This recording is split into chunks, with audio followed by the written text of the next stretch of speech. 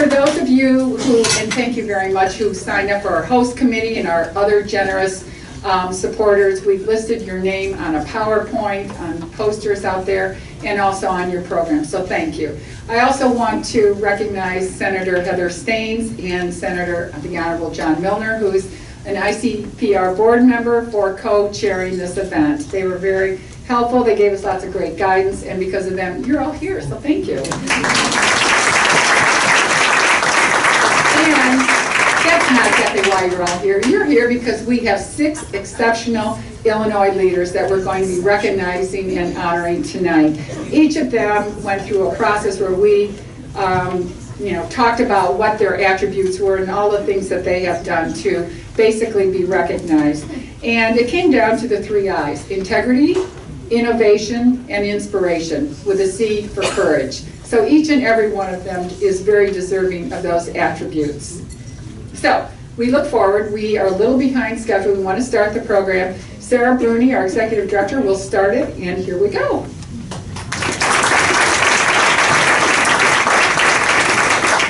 Hello, thank you so much, Susan.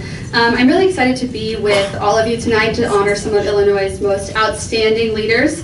As I begin, I want to invite State Representative Kelly Cassidy, former State Representative Elaine Nekritz, and State Senator Kwame Raoul to join me right here on stage.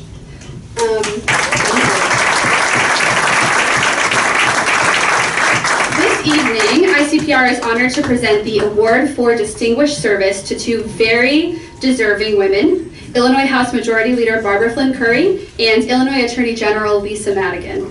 Both of these women have demonstrated an exceptional commitment to public service over their careers and have served as role models for many people looking to achieve success in politics and government. They may be leaving their current positions at the end of this term, but their hard work and influence will continue to have an effect even as they move on. So our first awardee of the evening is the one and only Barbara Flynn Curry. So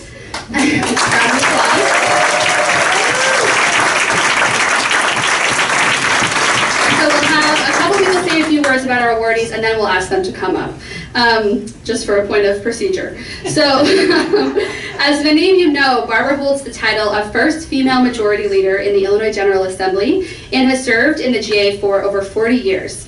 I'd like to add that her signature wit and straightforward, no-nonsense attitude make her one of my absolute favorites to work with. We have 3 very honorable people with us tonight to say a few words about Leader Curry. So I'll let State Representative Kelly Cassidy start, who has served in the House since 2011 and has championed many important criminal justice reforms during her time there. Kelly?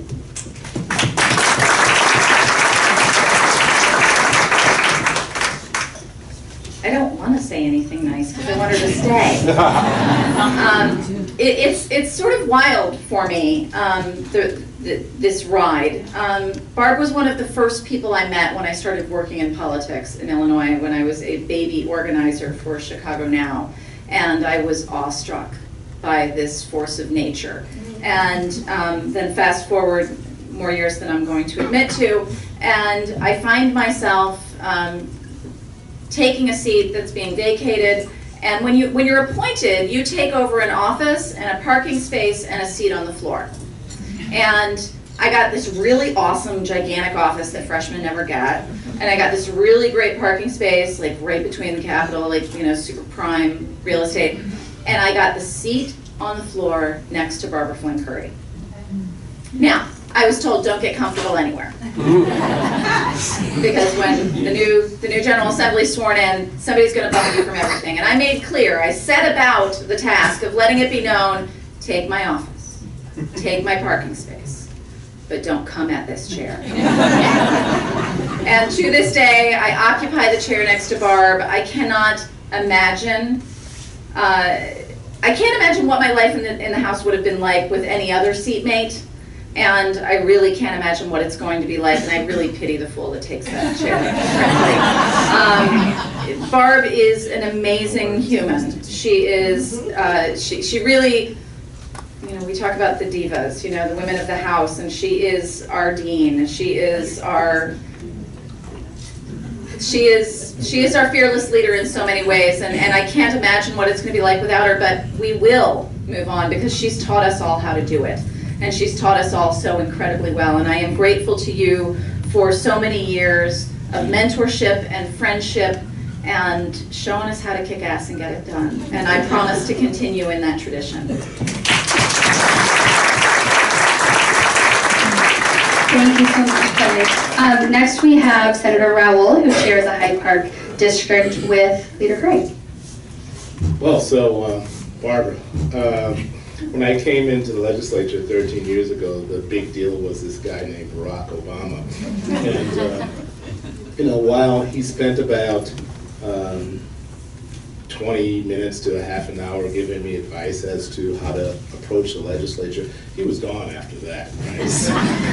And then there was, in half of my district, Lavonna Lou Jones, who unfortunately, you know, well, first of all, her advice was, you know, sometimes. She's very straightforward, right? But unfortunately, shortly after began my tenure in the legislature, Lavonna passed away. So I was stuck with Barbara, right? And you know, at my kids' high school, whenever I go in, there's a picture of Barbara as a distinguished alum that I've got to see every time I walk in there. So there was no escaping Barbara, and so I said, okay, let me embrace this. And we have to have breakfast together every first Friday or Saturday of the month. But in all seriousness, for any legislator in the General Assembly, there's no person like Barbara to learn from. We represent, everybody's district is unique, but when you have to represent Hyde Parkers, it's a little different challenge because Hyde Parkers want everything and they want it now. And if they don't necessarily believe in incrementalism, they want it now. And we've had to host town hall meetings together to explain to folks the reality of having 118 members in one chamber and 59 members in another chamber, and not being able to get everything done instantaneously, but to be able to move the ball forward. And I remember one town hall meeting in particular where Barbara came under attack. And this was a time where there was tension between the House and Senate, even tension between the House and Senate Democrats. And I just stepped up and I said, this is not right. This is the woman who's teaching me how I move things along, and I'm not going to allow you all to do this. And so, Barbara, I'm going to miss you. I'm going to miss knocking on doors with you and breaking up domestic situations. I really had to do that one time. But you will be sorely missed, but I hope you'll still attend our monthly breakfast. Now we have former Assistant Majority Leader Elaine Neckrets, who served with Barbara in the House. Thank you, Sarah. It's really an honor to be here, and I especially, I feel like now that I'm a has-been, I really appreciate the opportunity to say a few words about my dear friend Barbara Flynn Curry. Like so many people who come into the House, I was lost. I had a great seatmate in Representative Julie Hamos, who taught me a lot.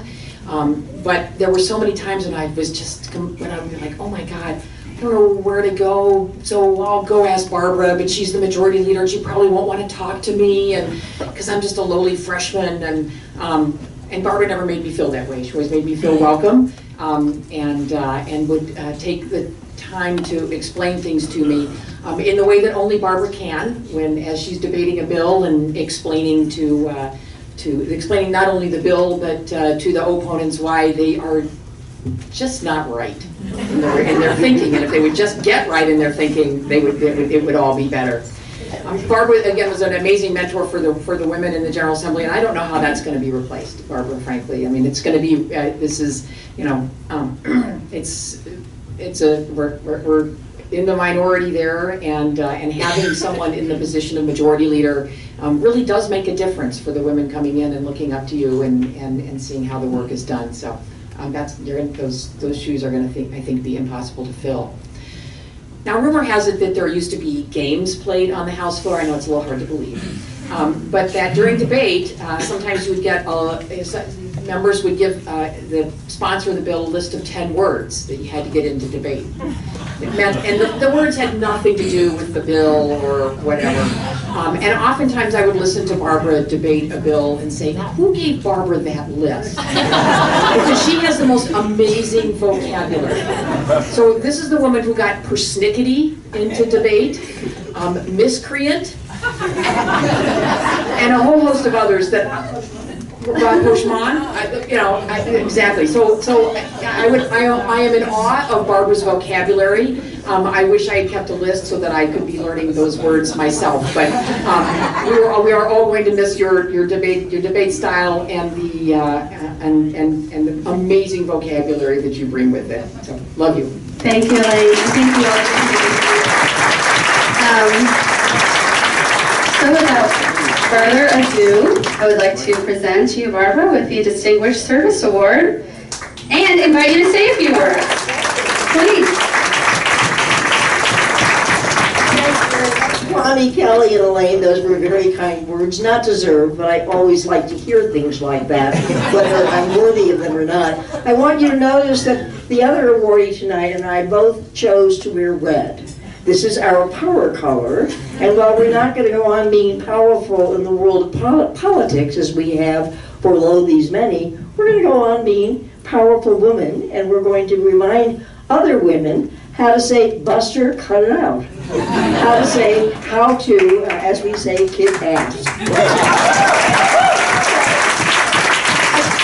First of all, I want to say thank you to the Illinois Campaign for Political Reform, because you do stand for the issues and the things that I have always cared about. And I would say that during my tenure in Springfield, not because of me, but just because the world is a-changing, we have done a lot of important things. We've really pretty much put an end to pay-to-play politics. We have abolished the death penalty. We have established, before the United States Supreme Court did so, the right of people to marry, no matter the gender of their own gender or the gender of the person they loved. So we've made big strides, and when it comes to things like voter registration, we first of all said, okay, you can now register over the internet. And this year we said we will have automatic voter registration in the state of Illinois. When I first came to Springfield, none of the items on that list looked as if it would be possible to do in my lifetime. But we did it, and we should all be proud of what we have done. And let me say, when it comes to the people who are there today and the people who are coming along tomorrow, I feel good. My legacy is in very safe hands. We have a crop of progressive, wonderful people, old-timers and newcomers both, and I know that the issues that I care about are not going to fall by the wayside. So when I didn't stand out in the streets passing petitions during this recent month and feeling really good about it, I felt really good to know that the people who will be in Springfield are going to be just doing the very best job that I could ask of them. So I'm very proud of this award. I would just say to ICPR, a little risky, don't you think? I'm there for another year, and there's no telling how far I will fall from grace. Thank you all very much.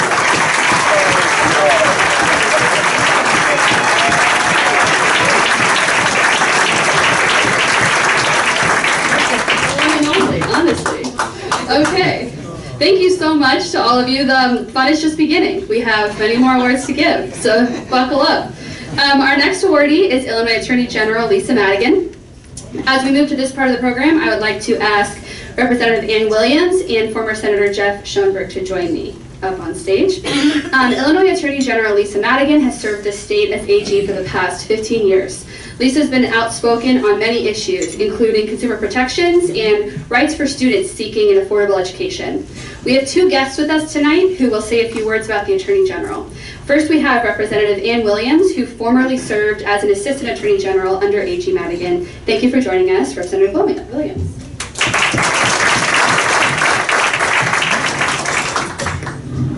My name is Ann Williams, and I am so excited and honored to be here saying a few words about Lisa Madigan, who is my constituent as well as my former boss. So I had the pleasure of working for Lisa as her first legislative director, and it truly was my dream job. It was challenging, it was exciting, it was demanding, and we did a lot of really great things. And what great training ground for the job that I hold now. So if you've interacted with Lisa Madigan at all, and as I look around the room, I know many of you have, you've probably noticed a few things about her. First of all, she's incredibly intelligent. She's motivated by the right things. I think we all agree she's an incredible hard worker. And since Barbara used the term kick-ass, I guess I can say it. Lisa's a badass. When other people use bullet points, Lisa has a briefing book.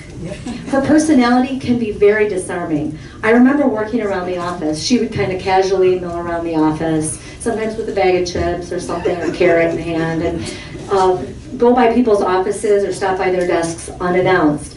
It was really kind of a game for us to watch people's reactions. They'd sit up straighter, they'd shuffle papers, and say, that was Lisa with his chips, or something, you know. It was really kind of fun to watch, and that was kind of telling about the style of leadership that Lisa had in the office and what kind of AG she was. She is still very hands-on, very engaged in the office, and very invested and involved in everything that every department works on any given day. So the role of the AG, as we all know, and those of you running for AG are learning, it covers so many issues important to Illinoisans. So I thought about some of the stuff we worked on together, and I even Googled career highlights to think of what I've missed. But the bottom line is to go through even just the highlights would pretty much take all night. So, you know, suffice it to say that just a few things that come to mind is Lisa has established herself as a leader nationally on so many issues of consumer protection, whether it's data security, whether it's identity theft. Those are some early issues we worked on. She established Illinois' first public access counselor, which has changed transparency for Illinois government. She altered the course of the devastating methamphetamine epidemic in Illinois by requiring over-the-counter purchases. And boy, what fun we had passing that bill, over the objections of the retail merchants. Stories there for another time. And she successfully, of course, if we recall, argued before the United States Supreme Court, one of the very few attorney generals to do that. Talk about having to be prepared. Briefing books, volumes and volumes, if I recall. It was pretty exciting to watch. You know, also when it comes to legislatively, I was thinking about one of the highlights for me was one of our first appropriation hearings where the AG, again with the binders and the documents that she thoroughly read, prepared a presentation on a budget and our request for appropriations. And of course, the results were compelling from the work that the AG's office had done. The efficiency was impressive. The results were stunning for committee members, so much so that they were falling over themselves to offer other opportunities to help. What can we do for you, Attorney General Madigan? What can we do to help? And I don't know if anyone else, do you remember? It was pretty stunning. And I don't think I've been to such an appropriation hearing since that time. So I can pretty much say that that's not the case. But these were only the early years. And anyone that's been around Illinois government politics has watched these accomplishments continue and build over the past several years. I think, though, less significant than what the Attorney General did while serving in office is how she did it. She did it thoroughly. She did everything thoughtfully. She was wildly prepared, more so than any other elected official I've interacted with, including myself. And she had, at all times, the best interests of the people of the state in mind, all the time.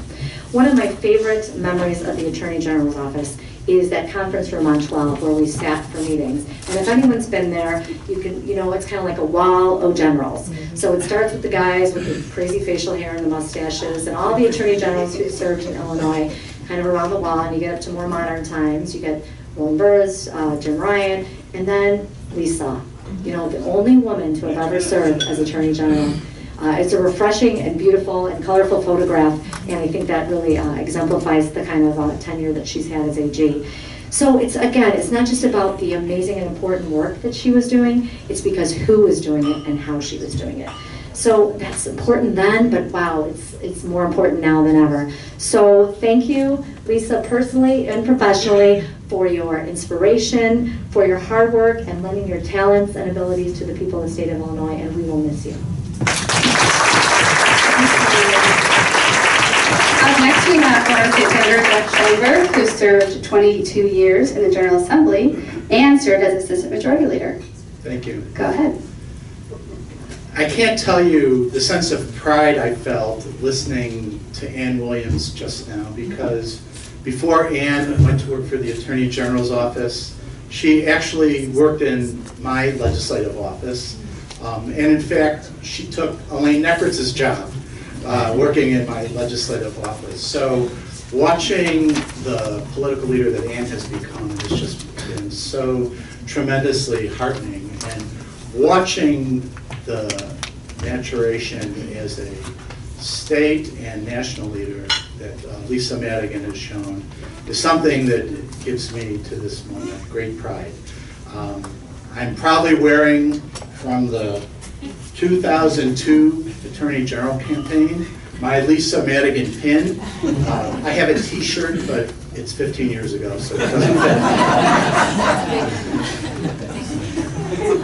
And despite the fact that when she was in the state Senate and I was in the Illinois House, and we used to fly on the state plane together to the Capitol, and she and Representative Sarah Feigenholz decided to give me the nickname of the human unmade bed, which stuck for many years.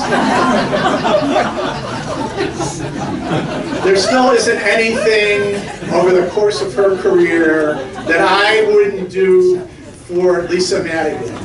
That's when I was in the House and she was in the Senate. It gave me great pleasure and great fulfillment to be able to work on legislation with her. When she ran for Attorney General, the only time I have been sued in my life is because of Lisa Madigan.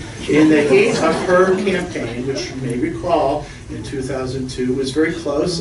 She got 50.4% of the vote against then DuPage County State's Attorney Joe Burkett, a very wealthy supporter of Joe Burkett, wrote him a big check, and a six-figure check, and said the reason he was doing so is because Lisa Madigan and her father had, quote, cut a secret deal with the Jews over legislation that I happen to be the sponsor of that enabled the state to invest in State of Israel bonds.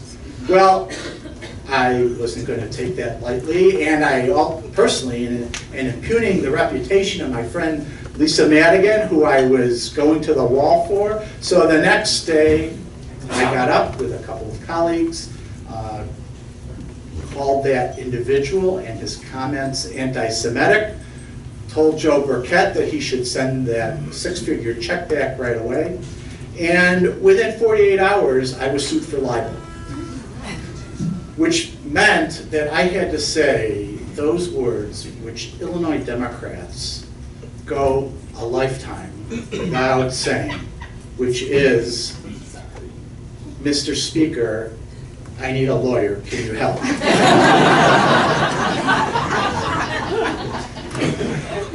Fortunately, the case was found not to have merit. My wife still to this day thinks I put our first house in jeopardy, but nothing gave me greater professional pride during my tenure in the legislature than to be able to fight side by side with the people's lawyer in both victory and in those rare partial victories. Lisa gave a voice and continues to give a voice to those whose voices aren't heard often enough or loud enough. She has their rights and interests at heart, and I said this when she became Attorney General, and I feel it just as strongly to this day, that if you were to take a downtown LaSalle Street law firm and convert it overnight to a public interest law firm, it would be Lisa Madigan's office of the Attorney General.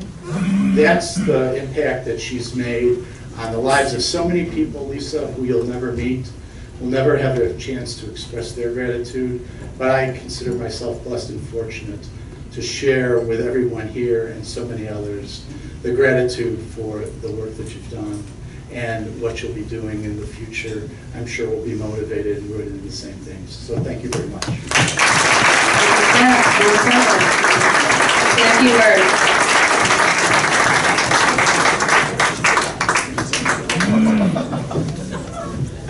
Well, good evening, everybody. So look, after those lovely presentations, there is so much that could and should be said, but we're going to save that for another time. As I just said to Jeff, look, I was going to hold over your head that human unmade bed comment in case you said something I didn't like tonight. But he outed himself. A good lawyer always fronts the bad material. Sincerely, both Jeff and Ann, you have been extraordinary friends, colleagues, and supporters of mine from day one. And I cannot thank you enough for taking the time to be here and to say those nice things. But also, you have been extraordinary public servants. And for that and the service that you've given to the people of the state, I want to say thank you as well. Looking around this room, the comment is accurate, right? I think I've probably worked with everybody at some point in time over the last nearly 20 years, 19 years at this point. And I think it's unfortunate that this is a small room of people who know each other, because to me, this is the best of what public service is.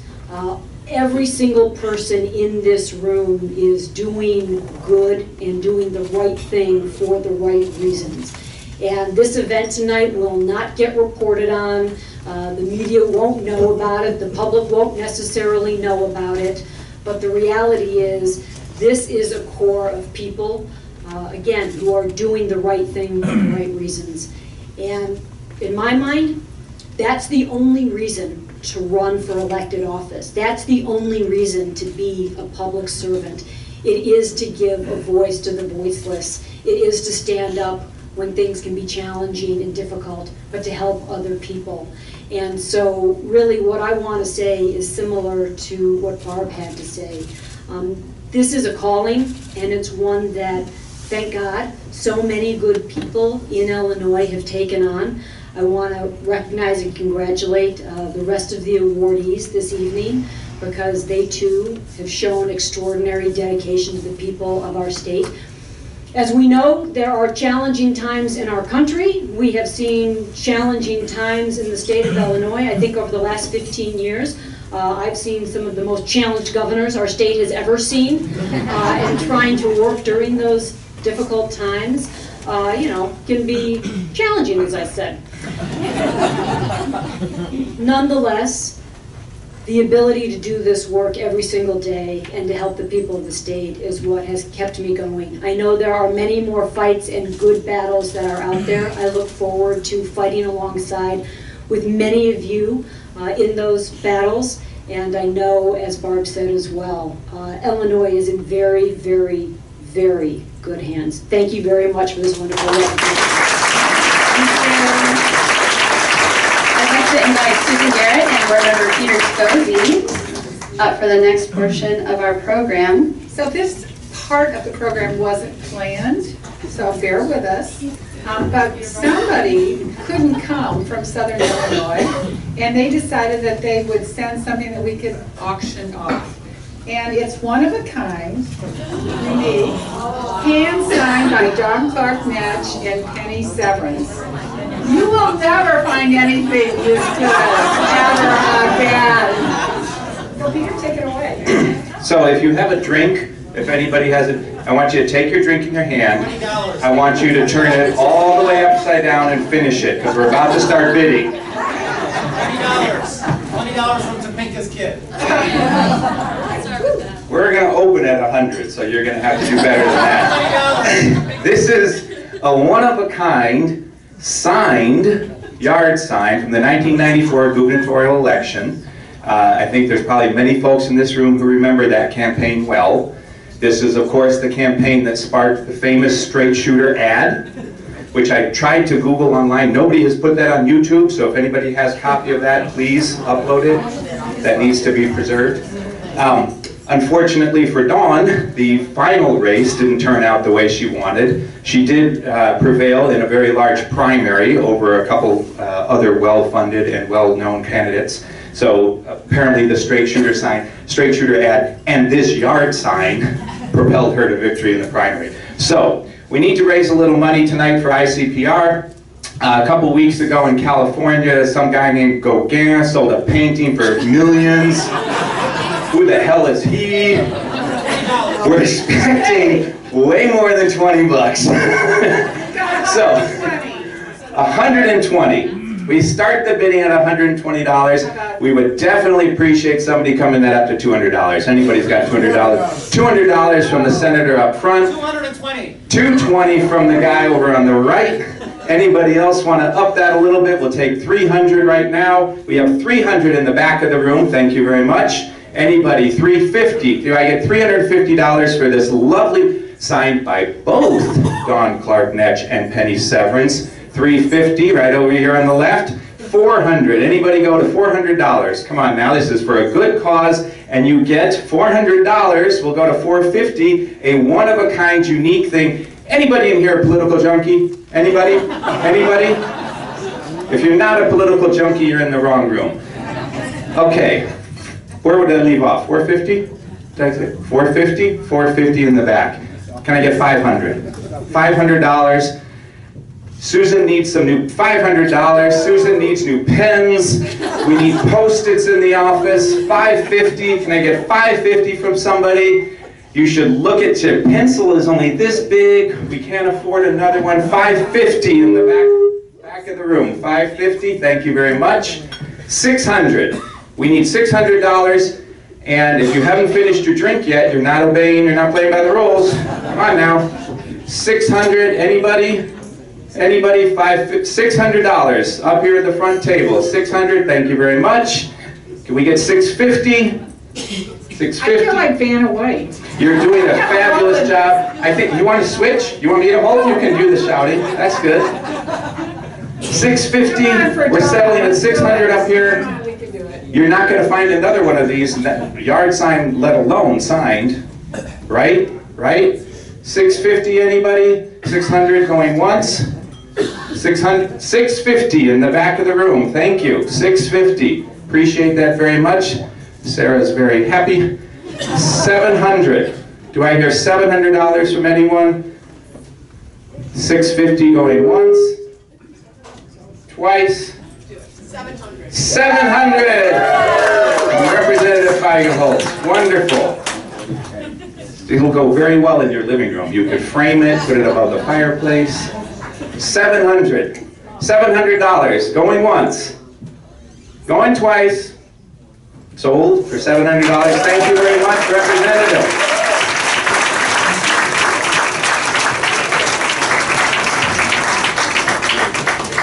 Two new favorite people over there right now. So thank you so much to everyone who's been up here so far.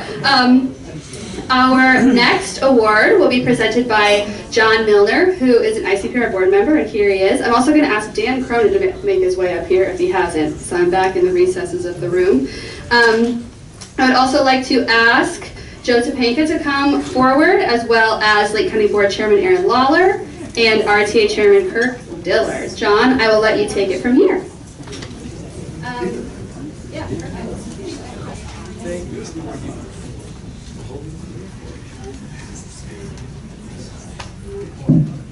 Thank you, Sarah, and thank each and every one of you for being here tonight. It really makes a difference to our organization and, of course, for everything that's been going on for tonight, especially for our award winners. So, as Joe is on his way up here, and Aaron Lawler, are you here? Is Aaron here? Oh, right, fine. I knew that. And, of course, Kirk Dillard. I'd like to say just a few things about Judy myself. I've known Judy for over a quarter of a century, considered her a friend, and honestly, what a woman. She was a leader. She was somebody that truly could work with both sides of the aisle, and She had this whole thing, very practical thing about her, that if there was an objective, she would move toward that objective, and then she would bring people with her. And it's amazing to watch her work. Judy, for those who don't know, she was a two-time state representative, 2 terms, and she was in the Senate for 10 years. After that, she was our first state treasurer as a woman, first, for 3 terms. Then, she was elected twice to controller. It's spelled comptroller, as you know, but it's same controller. And so with that, I'd like to have Aaron or Joe come on up and talk about your mom. So, Joe, come on. So, Joe Topinka, Judy Scott. Don't let this scare you. I don't have a lot of words here. If my mother was here, she'd say, I'm not running for office. I'm just here to talk. I want to say thank you to Sarah and Senator Garrett for incorporating me in this. It's not often that the son of a politician gets brought back. Sometimes sons of politicians and children of politicians kind of go into the wayside. But somebody asked me at the Columbus Day Parade about a year or 2 ago, are you running for office? And I said, no, I'm running for my mother's legacy. And I am. And I don't want to put a damper on things, because that would not be my mother's case. So I have an award for the recipients today. If Mom was here, she would say to both you, Representative, and you, Leader Rodano, she would say, hey, I got something neat, some soul food for you. So I've brought my mother's favorite fudge from Riverside, a pound of it, both.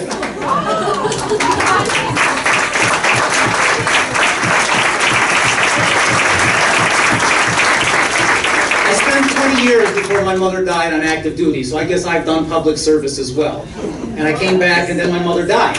And that's the truth. And Sunday will be the 3rd anniversary of it. And I don't want to say anything negative, but on January 16th, or not negative, but sad, because it's not sad, it's a great story. But on January 16th, a book I've written about my mother comes out. And the title of the book is called Just Judy. And I thought if I could just read a couple lines, I think it talks about her life, but also talks about your organization, which I think is wonderful for the state of Illinois. The last thing pretty much in the book. Advocacy means supporting a cause or proposal. It also refers to speaking up or about something you like or do not like because you believe it is right or wrong.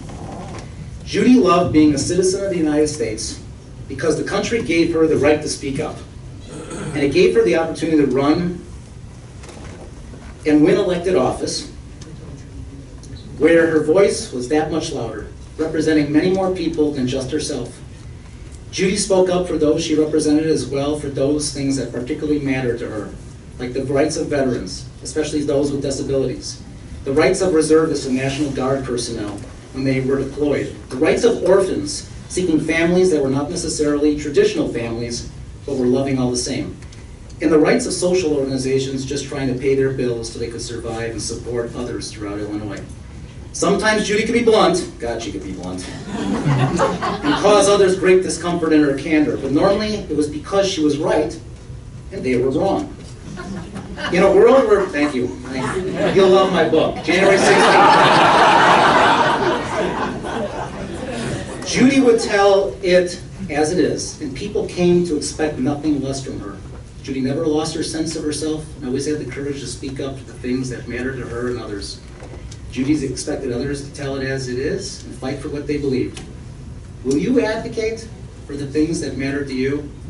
You can always come back to Judy's life and story for inspiration. Thank you, ladies and gentlemen. Joe, thank you. Thank you, Joe. Next, the county chairman of Lake County, Illinois, Alan Lawler. How do you follow that? You know, it's called the Trailblazer Award, and I was thinking about this and about Judy. And Judy was a trailblazer. But in order to be a trailblazer, you have to be willing to start a fire. And Billy, I don't know where I got that. Judy was loyal to a fault, but she was never afraid to buck her own party when she wanted to stand with people, that she knew she was on the right side. She was the first Republican to publicly support my and so many others' right to marry in the LGBT community. For years, she was the most visible Republican we had, and often the only Republican. To be a trailblazer, you have to be willing to start a fire. My first conversation as a member of Judy's staff was to talk about the 2012 presidential campaign. And I'm pretty sure she was trying to size me up because she asked, who do you like for president? And I, without skipping a beat, said John Huntsman. And she, without skipping a beat back, said, that's who I like too.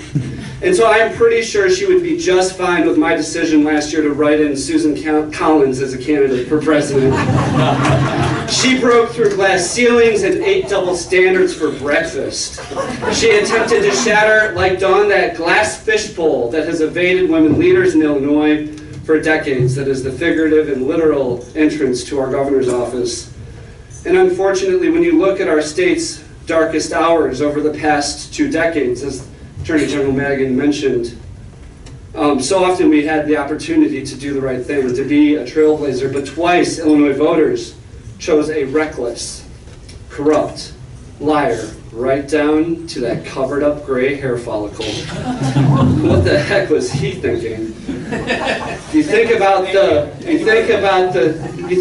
but you also think about when I worked for Judy and people come up, so many people around the state would tell her that, we wish you were our governor, and they had like this buyer's remorse. That was like the worst thing you could tell Judy, because she liked that, of course, she found that heartening, but it was just so frustrating to her that people saw the value, and yet we didn't blaze that trail. We didn't start a fire. And so I want to close my remarks by saying, you look at this direction of this Republican Party, and I look at people like Beth Colson and Susie Bassey and Leader Radonio and Patty Bullock and Chairman Cronin, former Senator Dillard, Chairman Dillard, Sandra Pijos. I have to go back to Susie Bassey because she's just that much fun. Karen McConaughey, Pam Altoff. There are very few people that I just mentioned that are your pragmatic, your moderate, your individuals that are trailblazers in their own right, that are willing to speak truth to power. And so we have to recognize that. Because I know, and I hate to pontificate on what Judy might have said, but she'd be having a lot of fun right now in Illinois politics. I think she'd be talking about Roy Moore in no uncertain terms. I think she'd be calling on Dick Uihlein to send his money back and saying it is no good here. I think she would be talking about so many of those causes that she stood up for. And that is sorely, sorely missed. So thank you very much. Thank you so much. Next up is Senator Kurt Dillard, the chairman of the RTA. Thank you, everybody. I feel like Joel Gray should be here from Cabaret to have a number in this room. It's great to be here. When I became a brand new state senator, my seatmate was JBT, as she used to write notes to all of us, Judy Bartopinka. And smoking was allowed in those days, so she pulled this little thing out on her desk. And, you know, I just tried through osmosis to soak up her wisdom like the smoke was going right up my nose. And at the end of the day, I used to count the butts, and there'd be like 40 or 45 of those babies. But to me, this is a special award because not only was Judy a friend, and she went to high school with my mother-in-law, so I got to see Judy not only from the political side of life, governmental, but also in private. And the Judy you saw in private, as Joe Topinka will tell you, is the Judy that is the real Judy. She was what she was, and we all loved her.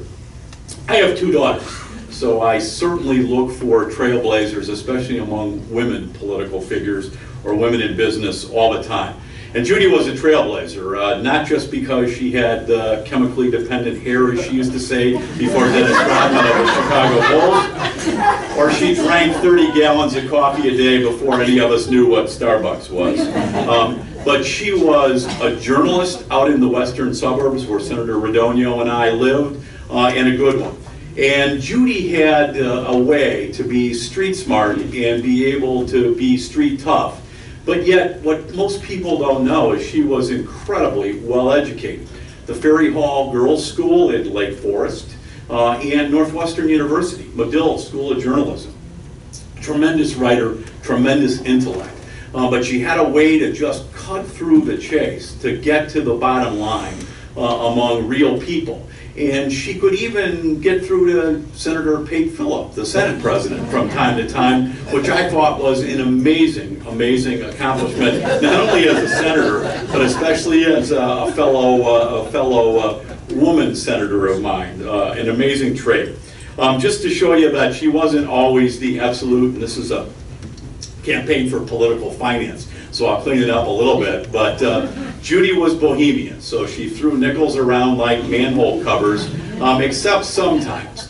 She turned to me as the young kid sitting next to her on the Senate floor, and Dan Cronin is here, Senator Cronin, so he'll understand this little bit of local politics, but she said, "Kid, you know, you may come from Hinsdale, but you know, when we redraw our district lines, I want Oak Brook in mind because that's where I go to raise funds."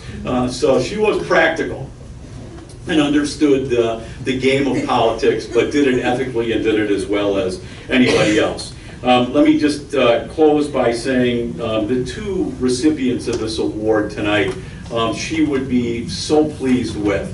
Judy was the chairwoman of the Human Service Committee when that was back when Republicans actually had control of the legislature. And Judy was, and yes there are some of us, a compassionate Republican. And in Chris and in Patty Ballard, those of us who know them and have worked with them, both know that they are absolutely compassionate people who worked and cared about the human service side of our state, as did Judy Bard-Topinka. So, you know, when I see the recipients, they're the perfect recipients to get this award for the first time, carrying the name of Judy Bard-Topinka. Thank you. Thank you, Senator. So we have two awards, the Trailblazer, and I think that Judy Bard-Topinka would certainly appreciate the fact that these are the two that are going to get it. The first is Representative Patty Bellock, and Patty has been in the General Assembly now for almost 20 years. Long time, but she truly has made a difference. All of the things that she has done over the years, it's like incredible. And when I go to work, sometimes, rarely, I get there early, Patty's in her office. I leave late, Patty's in her office. In the meantime, she would meet with hundreds of people during the day. She's like truly making a difference. And then it would turn into legislation. The legislation would just actually help society, right? So she's meeting with these people, she's listening to the problems, and she's making a difference. And she would do it every day, and people would have these problems, she'd listen, she'd try to figure out a solution. So Patty, come on up if you will. And also, oh wait, we should wait Susie first. Yeah, sit down, Patty. Susie Massey, Representative Susie Massey. John, you thought you were going to steal my thunder. Wrong. And I'm absolutely tickled to be up here because, you know, the class of '98 was a really interesting class. There were 10 of us who went into the General Assembly that year. Lisa Madigan, Susan Garrett, Julie Hamos, Patty Bellock, and me. Those were the 5 women that went into the General Assembly that year. Patty has been, she's the last one of us to leave. But what a legacy she has. What a legacy this woman has given us. She has been, as John stole my thunder, one of the hardest working individuals in the General Assembly. We used to always go, it's 7 o'clock in the morning, Patty's in her office. Unerringly, I mean, every time. She became an expert on human services and warned us, especially Medicare and Medicaid, and she warned us years ago about the impending doom that we were facing in the state of Illinois if we didn't get a handle on those 2 pieces, and tried to instruct the bunch of us as to where we were headed and the dangers that we were facing.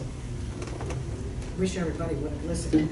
However, you know, she was also, by the way, a Comiskey family person. Remember when they won the World Series? Patty does, and not only that, she and Eileen Lyons have gone out at the middle of the night to find white socks to put on every single microphone on the house doors. And we all have their necks on, White Sox everywhere. But she was also quite generous when the Cubs finally got their time. But she was one of the favorite stars, not to mention one of the background movers and shakers behind Capitol Capers. Had Patty not been there, they probably wouldn't have been what they had become when things were not quite as partisan, or so I hear, since I've been gone for a while. But she's got a beautiful singing voice, loves to do karaoke. I've been with her on occasion. She can sing, I can't.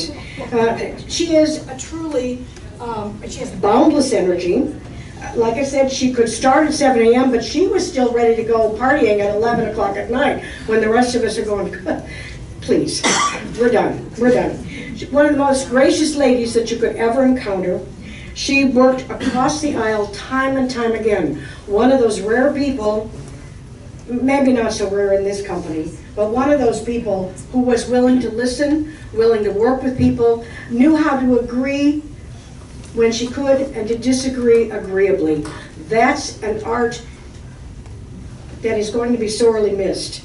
The General Assembly needs lots more people like Patty. And I'm proud to call her my friend. So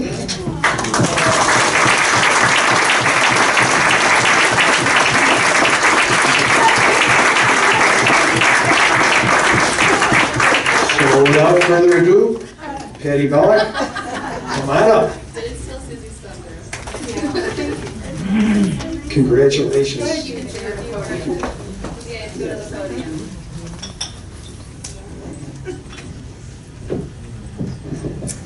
Oh, well, it's an honor to be here.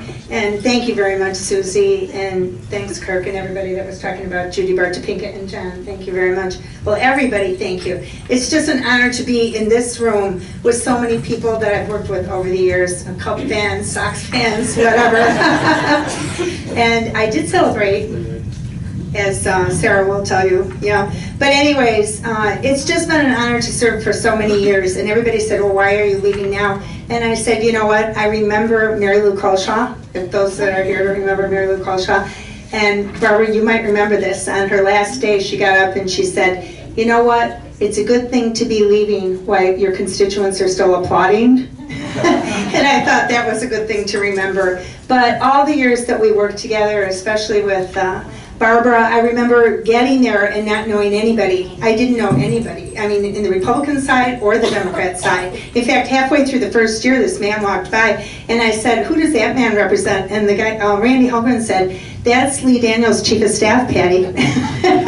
And so it was an educating thing to go through for those first couple of years. Yeah. But Barbara and Lisa, everybody here, but especially I've enjoyed working with you. And when I had that idea about the new leadership, and it's so great to see Sarah here, that besides all the bills that we've done, the MRSA, mental health parity, autism, social services, all that, it's something to look back on. But what I really enjoyed with all the women here on both sides of the aisle is what we did to develop the Women's New Leadership Program. So as of this year, and all of you that have attended Capitol Capers going all the way back, we have now graduated, as of this year, 220 women leaders in Illinois that have gone through that leadership program. And that's a legacy that I'm proud that we started. So thank you very much tonight. And it's been a lot of laughs, and I thought Susie was going to start to cry because that was always a thing. But thank you for this. It's just one of the most wonderful honors I've ever received. Thank you.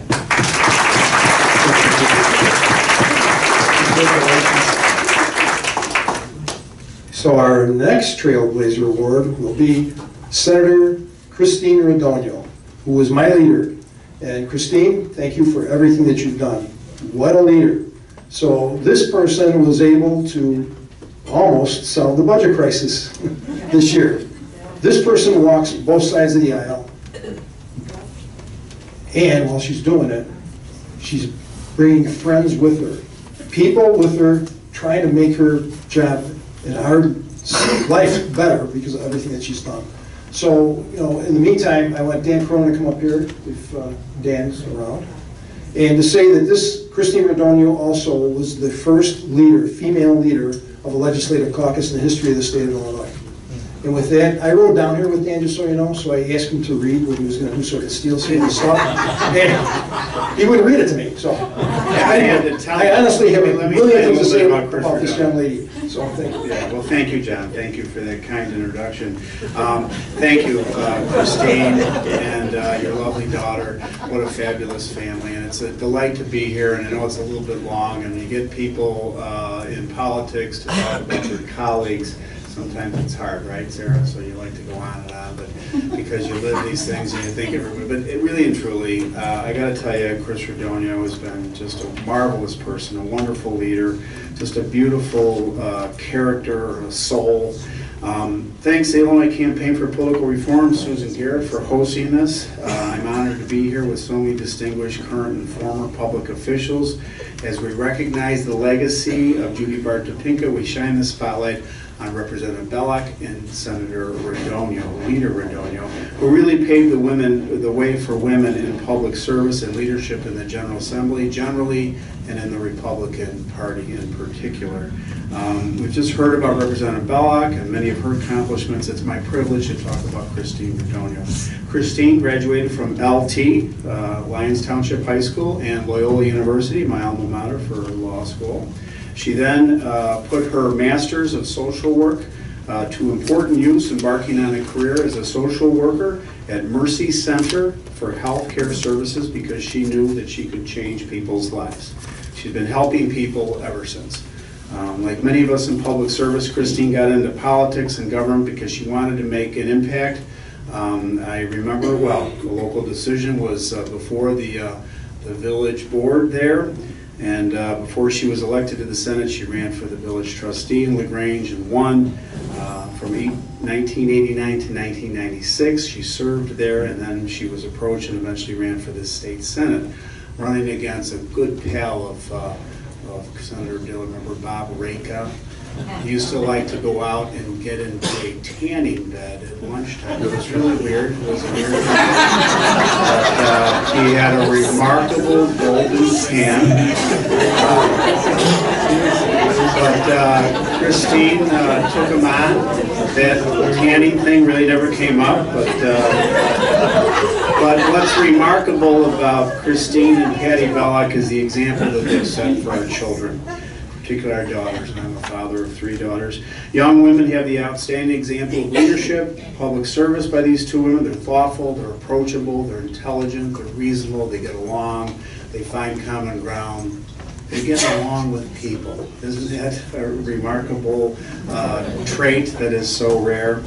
Christine Radonio rose through the ranks of the Senate Republicans and utilized those qualities to advocate for positions while always working across the aisle. As the first woman in leadership in the Illinois Senate, she embodied the qualities that a good leader needs. Aside from all those things that I just discussed, she was very tough and principled and strategic. Earlier this year, Leader Radonio courageously put the interests of our residents ahead of her own as she worked across the aisle to craft a state budget agreement.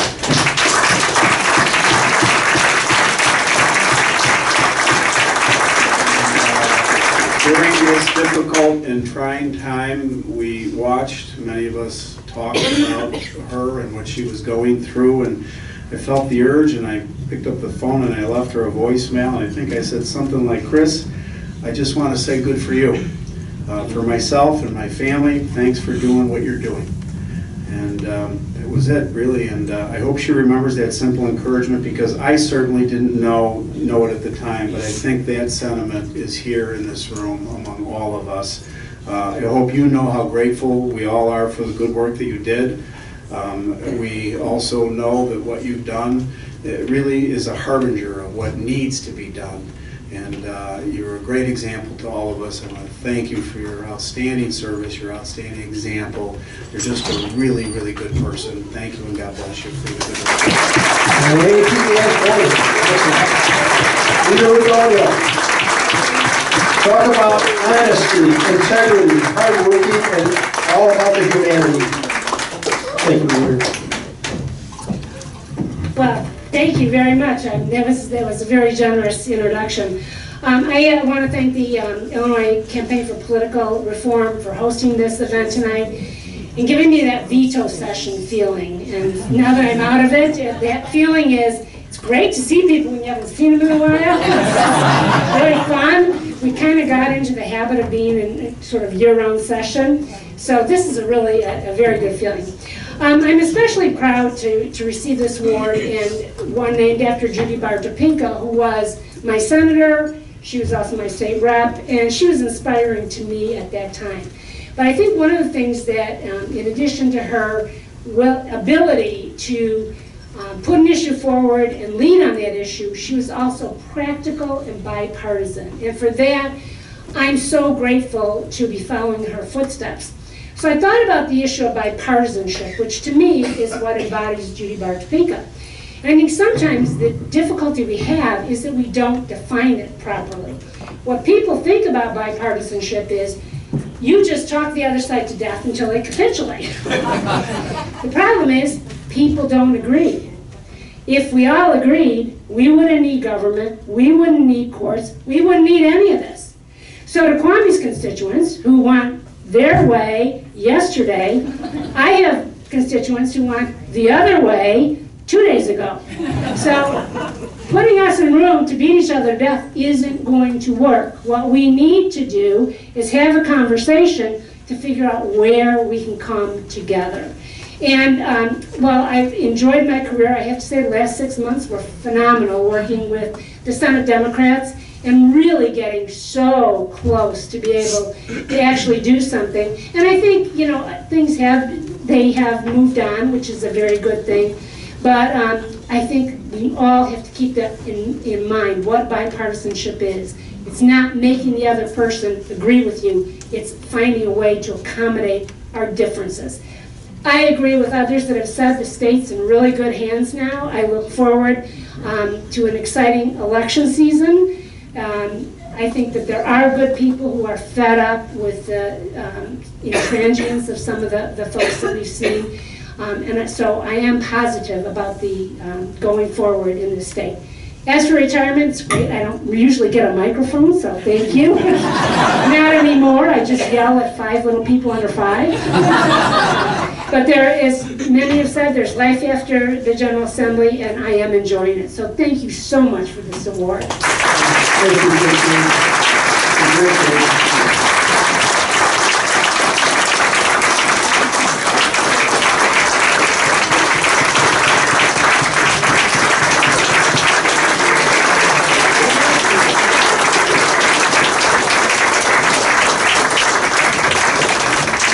Somebody just said it's like Sally Field. They love me, they love me, they really love me. I agree, and we do.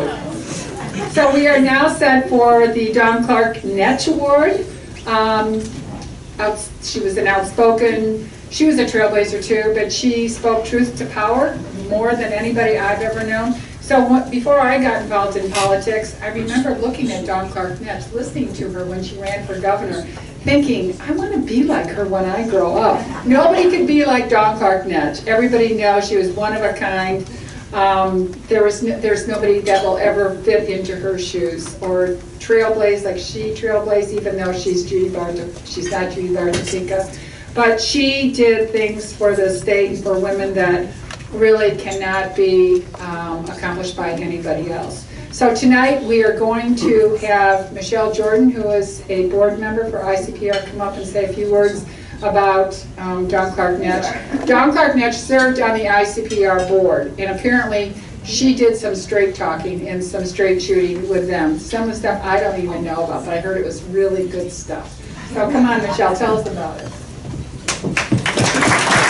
And Nancy, can you come forward?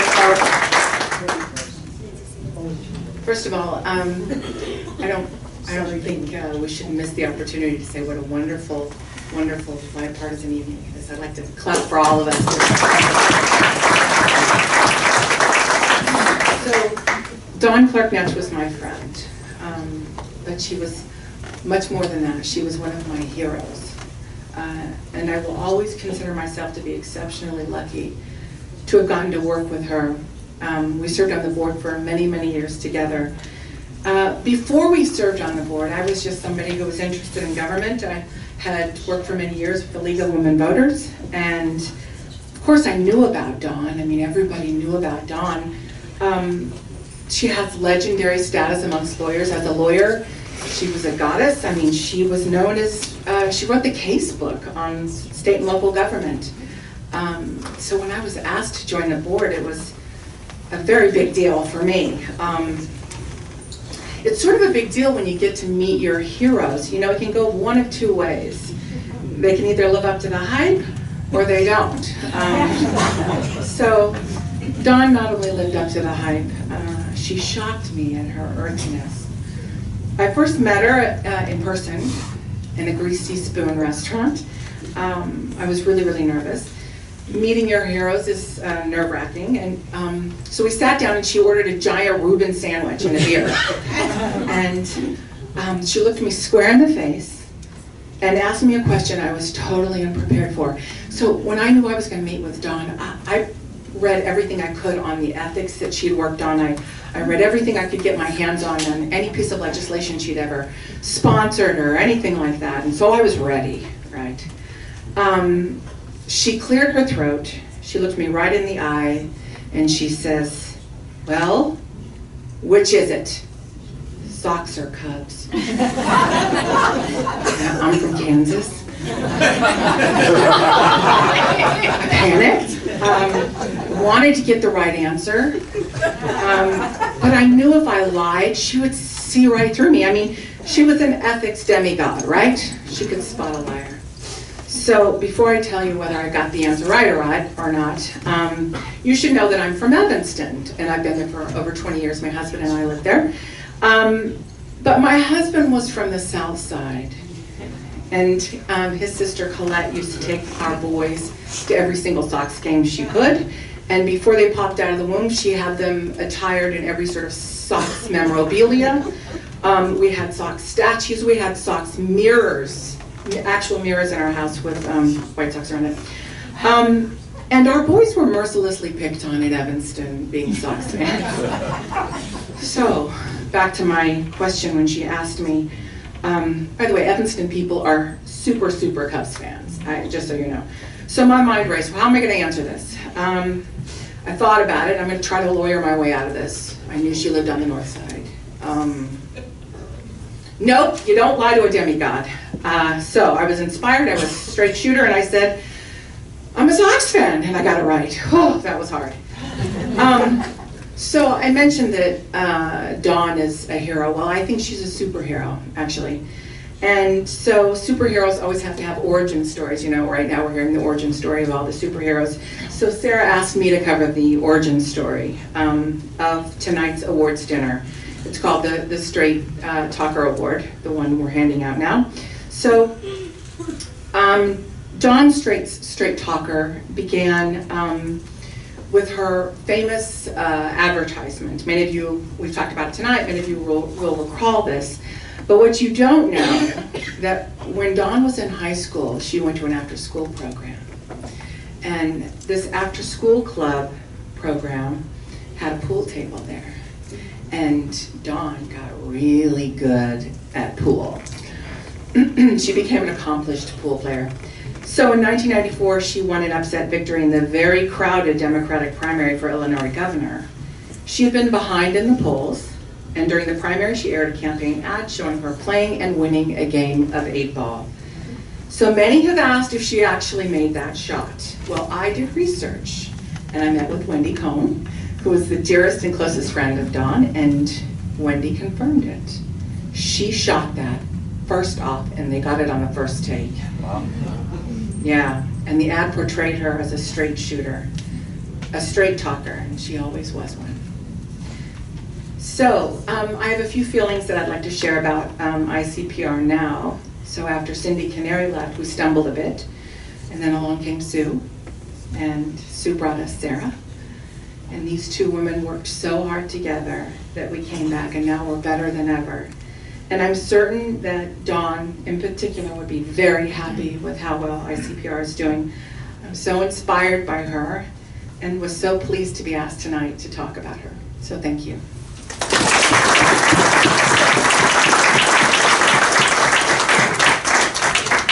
And now we would like to hear from the unflappable Nancy Stevenson, who is president of the Stevenson Center on Democracy. Come on up.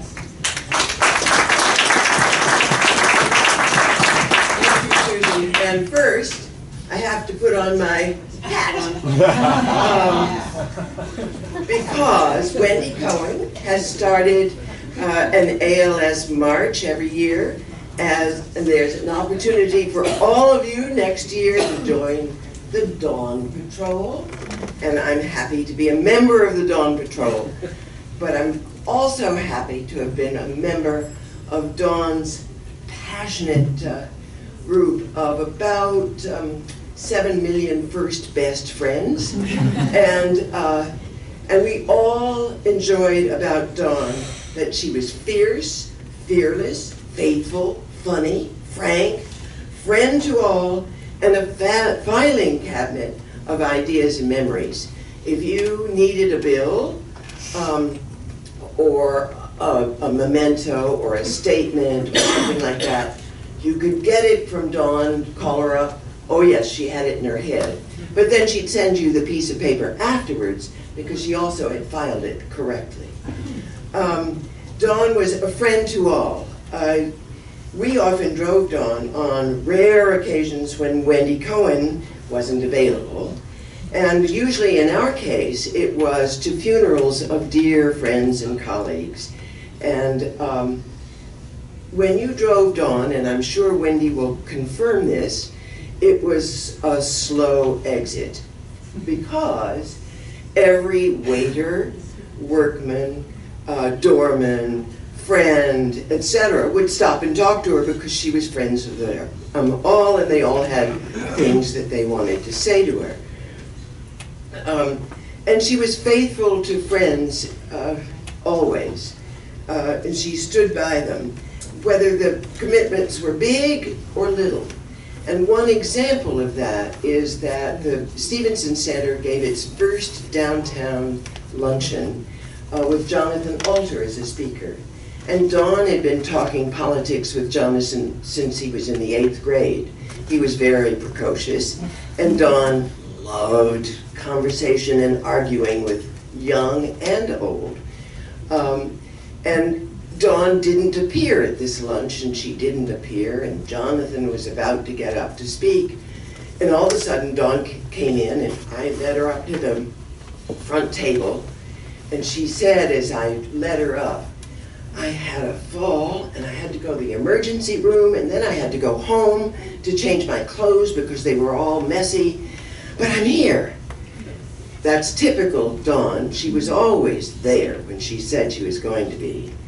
That fall was the first symptom we later learned of her ALS disease. She kept occasionally saying, why is my body failing me? Well, it may have failed her, but her brain never failed her body. She was active and alive and spirited to the end. She called us to tell us that finally, years later, when she got the diagnosis for ALS, and we said to her, Dawn, can we help you call your 7 million first best friends to let them know so that you don't have to do this every time?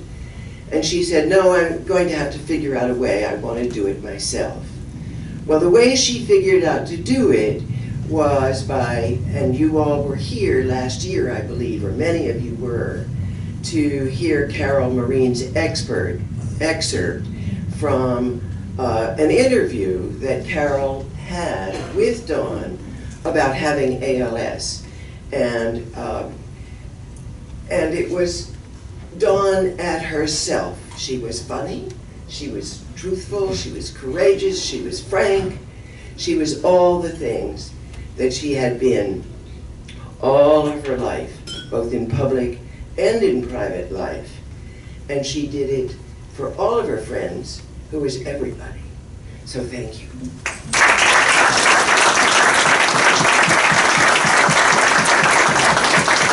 Thank you, Nancy. Okay, we are getting ready to provide the first award, the Don Clark Netsch Straight Shooting, Straight Talking Award. Can I ask Senator Don Harmon and Senator Julie Morrison to come up? We are going to honor Andy Manar. I'll just leave it at that. I won't talk too much. Yeah. Thank you, Senator Garrett. Once a senator, always a senator. It is easy to laud Andy Manar for his accomplishments. They are many and they are significant. Most recently, he achieved what I'm sure is transformational reform of the education funding formula, an accomplishment that has eluded people for literally decades. And this will pay dividends for students across the state for just as many decades to come.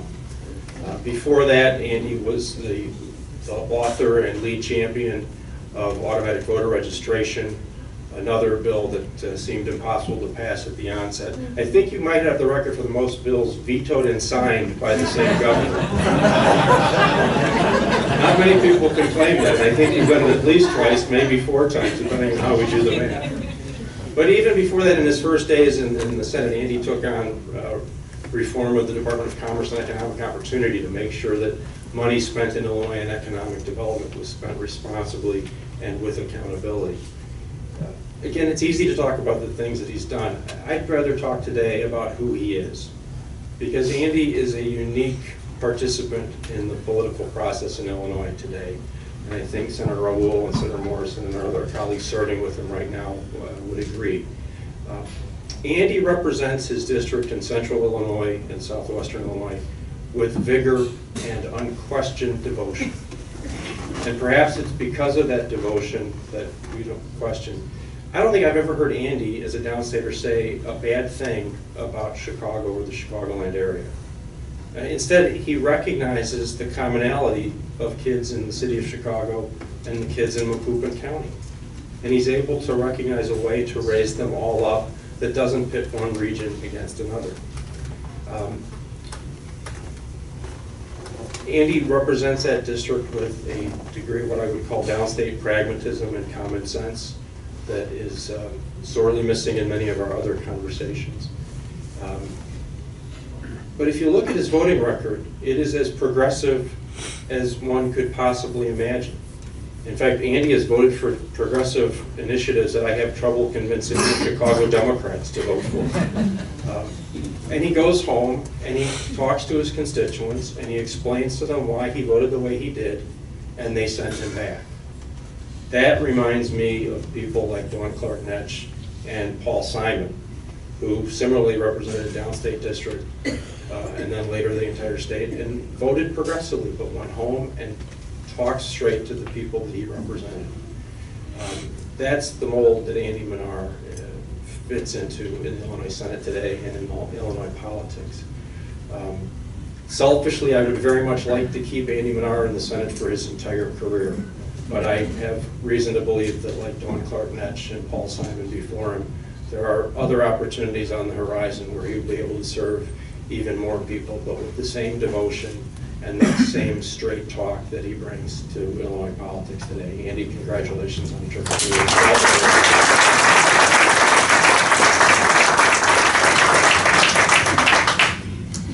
Thank you. It's really an honor to be here to speak about my colleague, Andy. We were elected together and began serving in January 2013. We became suitemates. I parked my car next to Andy, and we were seatmates on the floor. And I have to tell you, I always wanted to have a big brother or a big sister to help me when I got to the Senate, because everybody needs a guiding post and somebody who can explain the process and the bills and the players and the pitfalls. And I had Andy, and it was one of the most amazing, best experiences I could have to sit with someone who had the patience and the background to talk a brand new senator through the everyday things that we did. But what I learned most from Andy was watching him take a bill, Senate Bill 1, take an education bill that was hard. And he didn't pass it the first time it was drafted. But what he did was he talked to every member. He talked to Republicans and Democrats. What do you need in your district? What are your schools like? And he doesn't stop there. Then he gets in his car and he drives all over the state talking to school boards and doing town halls so that everybody in the state understood what he was trying to do. That's how Andy got his bill passed. And to see the diligence and the commitment was such an important lesson for me. Andy is the only male that we are recognizing, and the only legislator who is not leaving. And I will tell you, so when we sometimes get down on the state of the General Assembly and politics in Illinois, you have to look no further than Andy Menard, someone who has the respect of every member of the Senate and who is just coming out of the starting blocks. Congratulations, Andy.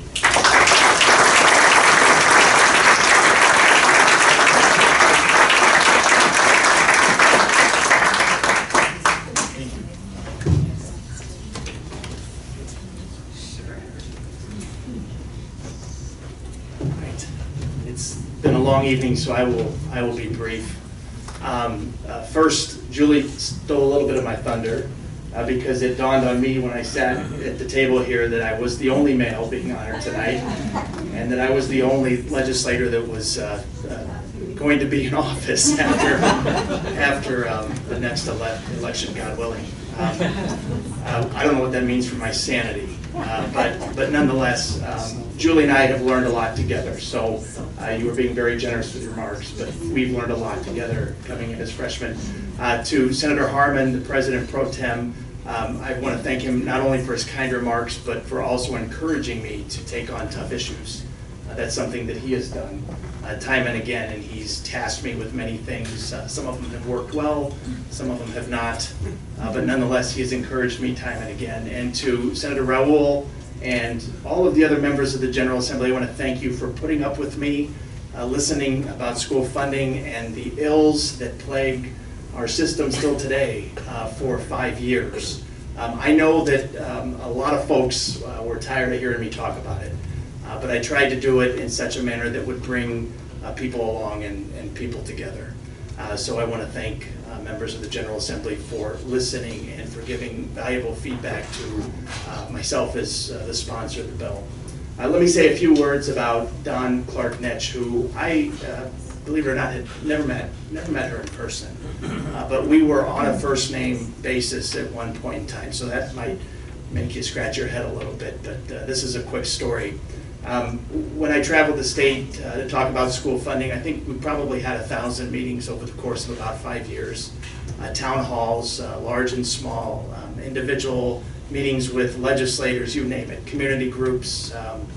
You know, we went anywhere somebody was ready to listen and provide valuable feedback. So I normally started those meetings by explaining the district that I represent in downstate Illinois, and I gave a very long explanation of geography and politics. But for this crowd, I need to only say that I represent half of Penny Severin's Senate district and half of Vince DiMuzio's Senate district.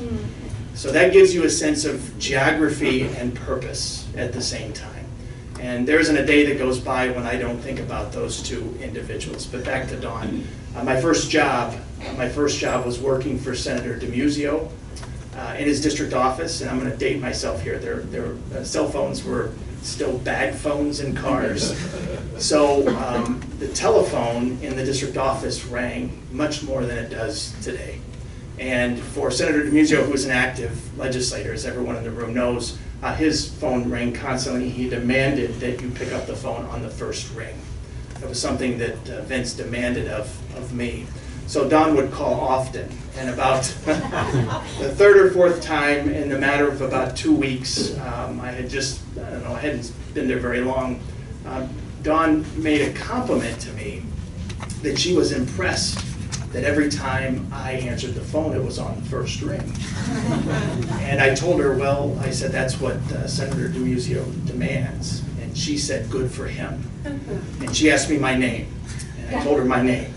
And every time she called, she would remember my voice and she would remember my name. So we were on a first name basis, but we never had the privilege of meeting in person. Fast forward a few years. The second time I was in the Capitol building was the day that Governor Edgar called the joint session of the House and the Senate to reveal his school funding reform plan. And I occupied a seat in the House chamber the second time I ever stepped foot in the building, sitting between Senator DiMuzio and Senator Severance. And I recall much about the speech, but I recall the rambunctious nature of the chamber after the speech was over. And I was in college at the time, so I was like a sponge soaking the place in. And I could remember the House of Representatives literally going crazy because of the nature of Governor Edgar's speech at the time. So much so, those of you that served or were there, you may correct me, but I remember a member of the House or the Senate holding a pool cue with a scarf attached to the top of it, waving it around the chamber because of how passionate people were about that issue. And of course that was in reference to Don Clark-Netsch and her proposal, her original proposal. So I walked out of the chamber that day thinking, what in the world happens in this place every single day? But it also doesn't go lost on me tonight that there are so many people that worked on school funding reform long before I ever dreamt about running for the state senate. And there's a lot of folks in this room that did a lot of work, large and small, to get this football down that very difficult field and into the end zone. I like to say this, and I mean it in every sense, that I was the fortunate one that stepped up when I was elected, that picked that football up, that so many had carried in both parties from all parts of the state, that was able to just take it to the final few yards. It was several decades in the making. And I may break from tradition here, but I want to recognize Lita Radonio. I didn't get a chance to thank her at the bill signing for Senate Bill 1947. But we would not have that bill today if it weren't for your efforts, Christine.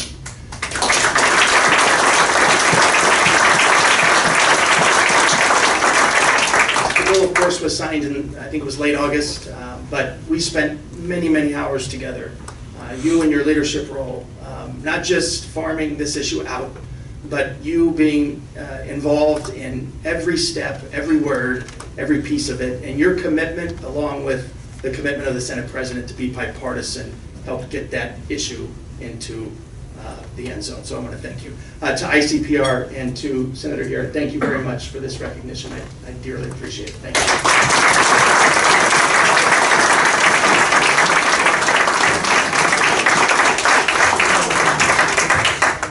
Senator Menard. Wow. Whew. One more, people. It's not a sprint, it's a marathon, okay?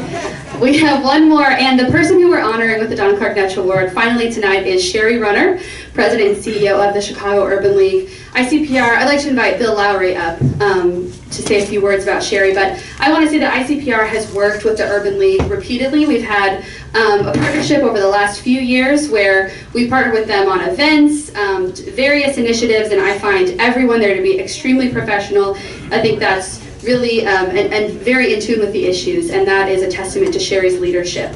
So I want to invite Bill Lowry from Meehan, Bambrick, Kenzie, and Lowry PC to come up and say a few words. Thank you. So first of all, let me say thank you to ICPR for having me, and a thank you to my dear friend Susan Garrett for inviting me. I'd like to congratulate all of the awardees, but I'd be remiss if I did not shine a light on one special awardee, and that is my own representative, Barbara Flynn Curry. I want to thank you, Barbara, for many years of representing my neighborhood, my family, and me with humility, integrity, and passion. You're the best. Thank you. Speaking of the best, Sherry Runner is a Renaissance woman. Sherry, you'd be great at whatever you do, but we are blessed that you are serving as president and CEO of the Chicago Urban League. That marriage has created the ability for those who are not often seen to have light put on them, for those who are not often heard to be given words.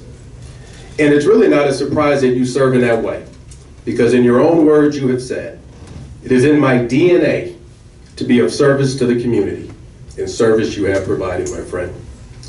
While I could speak to various facets of your service, it is your embracing of employment as a method of violence prevention which especially moves me, as like you, I believe jobs reduce violence.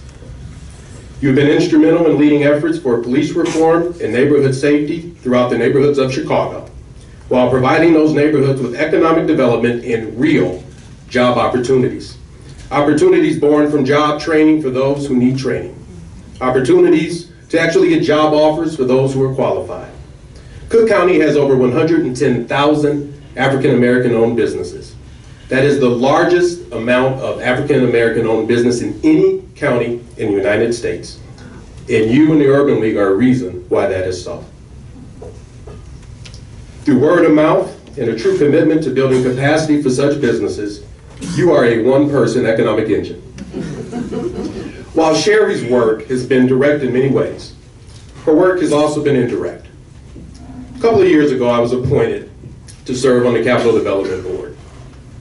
Sensing my frustration while serving on that board, I called on my friend. Sherry didn't ask questions, she just showed up.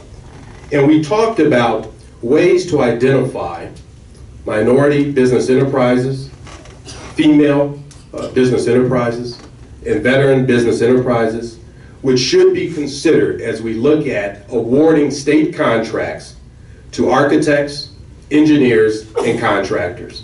She did that with any media knowing that. She did that without one expectation.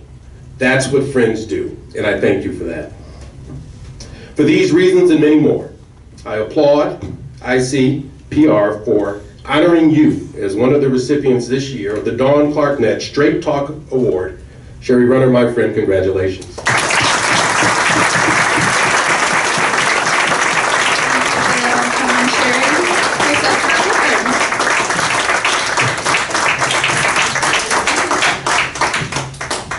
Thank you, Bill, for that introduction, and thank you, Susan, and for Sarah for giving this to me. I was humbled at the thought of being up here. It's an amazing honor, and it is something that I did not expect, so let me just assure you one thing. I am not a politician. I will not ever be a politician, and so when I say my remarks are going to be brief, they will truly be very, very brief.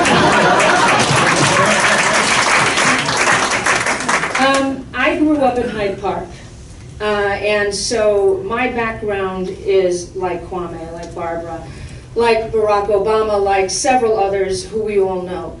The seeds of Hyde Park are sown throughout the state and throughout the nation in terms of our ability to be and want to be catalysts for what we know life in this country and in this world can be. I grew up around a table of people who argued every single night. We spoke the truth to each other. We did not ever mince words. And so when given the opportunity to run the Chicago Urban League, I thought of no other thing, and I thought that there could be never anything else that we could do. We face serious and severe problems in the African American community in Chicago, and it does not help any of us to do anything less than to speak truth to power and to talk about what the real solutions are to those problems. We can't do anything less. It is with great honor and with a great legacy that I serve as the leader of the Chicago Urban League. And I don't take that lightly.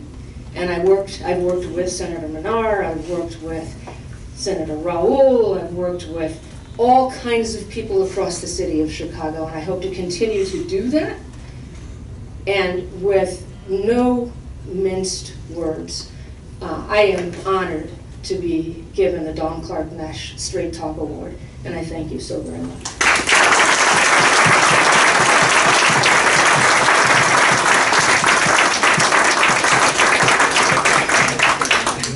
There's not enough time to say anything more, but I genuinely believe this was one of our best programs.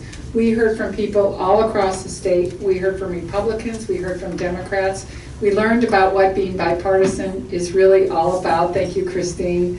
And we will continue, ICPR, to pave the way and do wonderful things to engage people in the political process. I appreciate you staying an extra hour.